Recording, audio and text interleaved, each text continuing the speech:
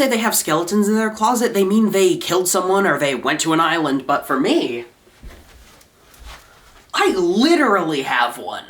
So I have a skeleton, Pete the Skeleton, but since events I can't remember transpired a couple weeks ago, he's been a bit more mangled than usual. But like, where the hell did this guy come from? Well, I have the answer. I've been doing some investigative journalism recently.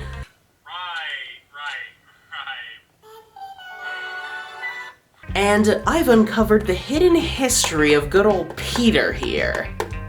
Peter von Skelheimer was created in 1665 by my direct ancestor, Lord Douthamore VIII. He was a great man and a greater Catholic. That's why he did the most Catholic thing you could do at the time, breaking off to start your own faith. Unfortunately, Lord Douthamore's foray into creating his own brand of Christianity, where Pete was the true messiah, didn't sit well with anybody. He was exiled to South America. He threw Pete overboard after the young lad had 50 kegs of beer. While Lord Douthamore's escapades in South America would end in disaster, Pete would become royalty. The Spanish eventually picked him up and, not knowing his history, believed he was the first sign of God's return to Earth.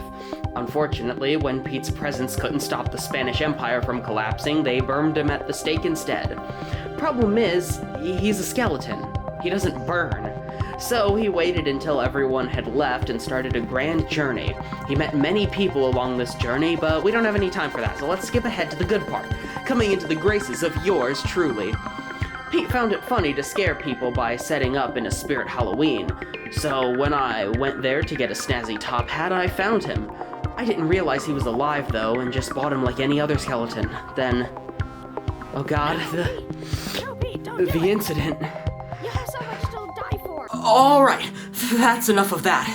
Pete's never thrown himself off a high place to try and get away from me, right?